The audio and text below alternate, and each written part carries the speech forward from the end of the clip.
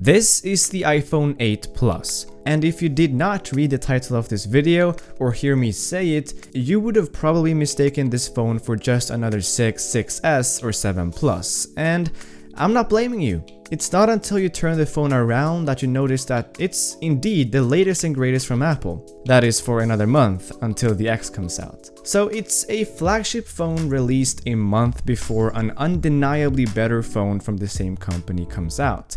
But that's not to say the 8 Plus is a bad phone. It's actually a really great phone, just one that is shadowed by its bezel-less brother. So I'm going to, throughout this video, try not to compare the 8 with the X and just review the phone as it is. If you would like a full comparison with the X though, I would be more than happy to give you guys that video when I've got the X in hand, but as previously mentioned, this video is just a review of the 8 and nothing else. Let's get into it. So let's get the boring things done, starting with the design. And I'm surprised to hear myself say that the boring part of a phone in my review is the design of an Apple product. I mean, this design was fantastic when it came out almost 4 years ago, but it's definitely starting to show its age now that most flagship phones on the competing side have these staggering AMOLED bezel-less displays, full glass design with the colors switching in different lighting and all that. So yeah, it's safe to say that Apple has lost its wow factor with these phones. There's no denying that it's a very well built phone though. I took a look at Jerry-Rig Everything's durability test of the iPhone 8 because, well, I didn't want to risk breaking my own phone, so thanks to Jerry-Rig Everything for taking that risk for us. But anyway, the results are great. The glass front and back will not scratch by keys or coins, its structural integrity is on point, and overall it just seems to be a well thought out phone, like as usual with Apple. Taking another look at the back of it, you'll see the shiny glass panel instead of the aluminum that we're used to with Apple. This change definitely has its ups and downs, a down being the fact that it's more easily breakable compared to aluminum, and the ups being it's less slippery, making it easier to hold and manage, and also that glass allows wireless charging, which is a completely new thing to Apple devices. Now, I can imagine you Android fanboys out there with your custom ROMs proudly screaming, "We've had that for years!" And that is true. Android nowadays get all the new features before iPhones, so the innovation is really on those guys and not Apple. However, when Apple decides to finally implement a feature like this, it helps everyone, not only Apple customers. You're gonna see a lot of new Qi wireless charging stations in coffee shops, restaurants, and more, and that's thanks to Apple choosing the main standard Qi over some proprietary standard. So big props to Apple for doing that. In terms of charging speed, it's going to be quite a bit slower than connecting a cable because it's limited to 5 watts. The S8 and Note 8 from Samsung, for example, will work up to 15 watts, which is a lot faster, but nonetheless, it's great to finally see wireless charging on an Apple device. Water resistance is also a feature on the 8 Plus and the 8, of course. It's not been improved on, so it's still this somewhat useless IP67 rating. However, that still means your phone is not gonna break if you drop it in the toilet or in the pool. The Fingerprint Scanner is probably making its final run with the iPhone 8, and it's great.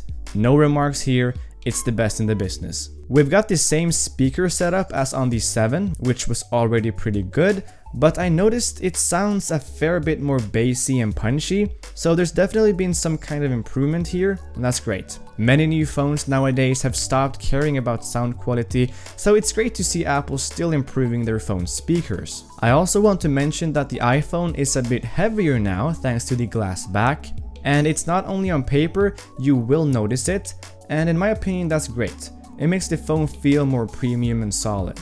There's not a whole lot other than that to talk about when it comes to the design though, so let's take a look at the display, which is also mostly untouched. It's still that 16:9 1080p IPS display that we've had since the 6, just with some minor improvements. The brightness is up, we got a wider color gamut, and now with the 8 we got True Tone, which changes the white balance of the screen based on the lighting around you, and if you think that sounds gimmicky, I'm with you. I mean, there is a small change, but I still don't know what it's for.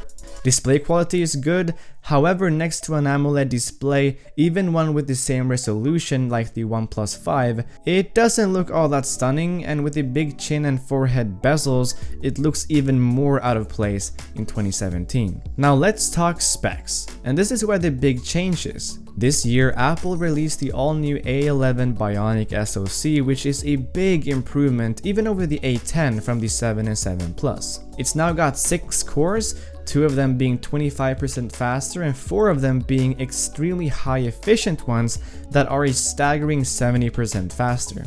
This increase in power is to handle the all-new AR features, which do take a big toll on the CPU. Everything else on the iPhone is also butter smooth. There's no hiccups anywhere. I know some people have experienced frame drops, and I did too, but it's completely stopped now after the 11.02 update. So yeah, don't worry about performance with the 8, it'll handle everything you throw at it. RAM-wise, the 8 has 2 gigs and the 8 Plus has 3. This means that apps are going to be saved for a longer time, so you can jump back to them quicker on the 8 Plus compared to the smaller 8. Charging is still done via the Lightning jack, and that's not necessarily bad, it's just boring. Everyone's moving over to USB Type-C, and Apple's just sitting there with their proprietary jack to earn more revenue on accessories. They were nice enough to use a widely adopted standard with wireless charging though, so we might see Apple changing to USB Type-C with the next iPhone.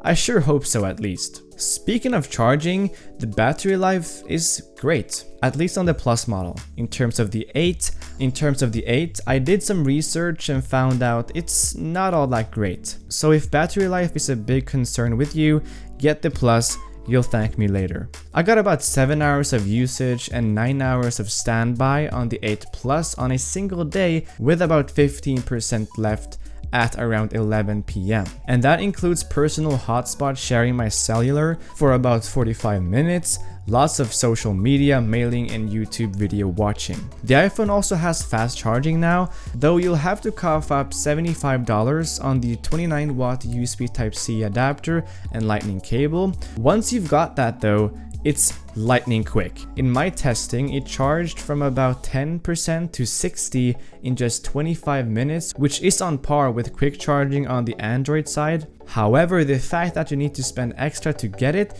is just absurd. Now finally, let's talk camera. So in a nutshell, I'm actually surprised to see this kind of improvement over the 7. It's really good.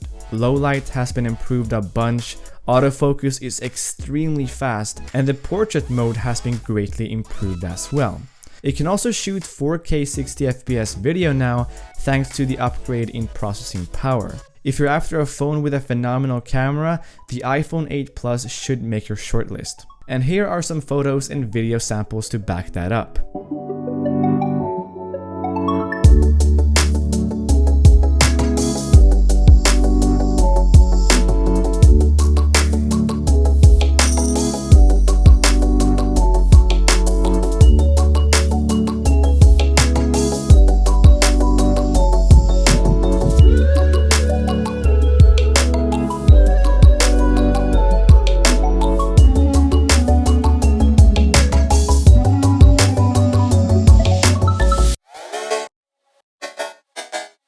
So, the iPhone 8 doesn't look all that new, but most everything on the inside is improved. And it shows in everyday use. Wireless charging is great to finally have and use on an iPhone. The phone's quick, the battery lasts an entire day with some juice left to spare, the camera is fantastic, and overall it's one of the best phones released in 2017 without a doubt. The question is, however, should you spend all that money on the 8 Plus or wait a month and get the X? And that's up to you guys, so let me know what you think in the comment section down below, and I'll catch you guys in the next video. Peace.